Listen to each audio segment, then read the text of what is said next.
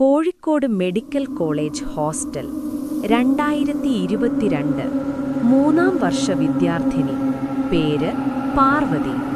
അവളുടെ മുറി നമ്പർ 302. 303-ാം മുറി ഒരു വർഷമായി അടച്ചിട്ടുണ്ട്.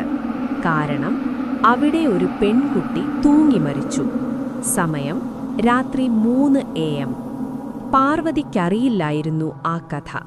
ഒരു ദിവസം 3 AM അവൾ ഉറക്കത്തിൽ നിന്ന് ഞെട്ടിയുണർന്നു. 303-ൽ നിന്നൊരു ശബ്ദം.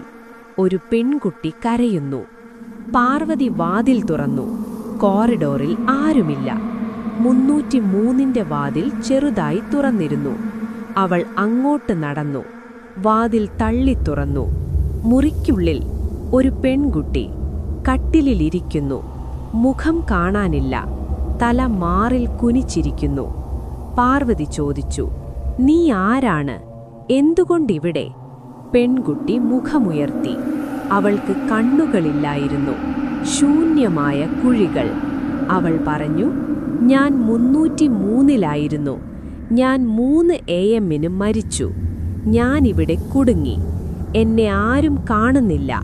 നീ എന്നെ കണ്ടു. അതിനർത്ഥം നീയും എന്നെപ്പോലെയാണ്.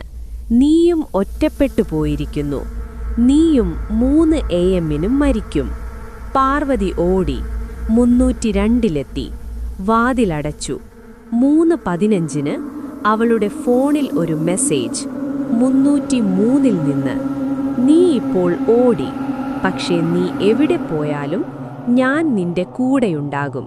കാരണം ഞാൻ നീ തന്നെ. നിന്റെ ഏകാന്തത, നിന്റെ ഭയം. 3 AM-ന് നാം ഒന്നാകും."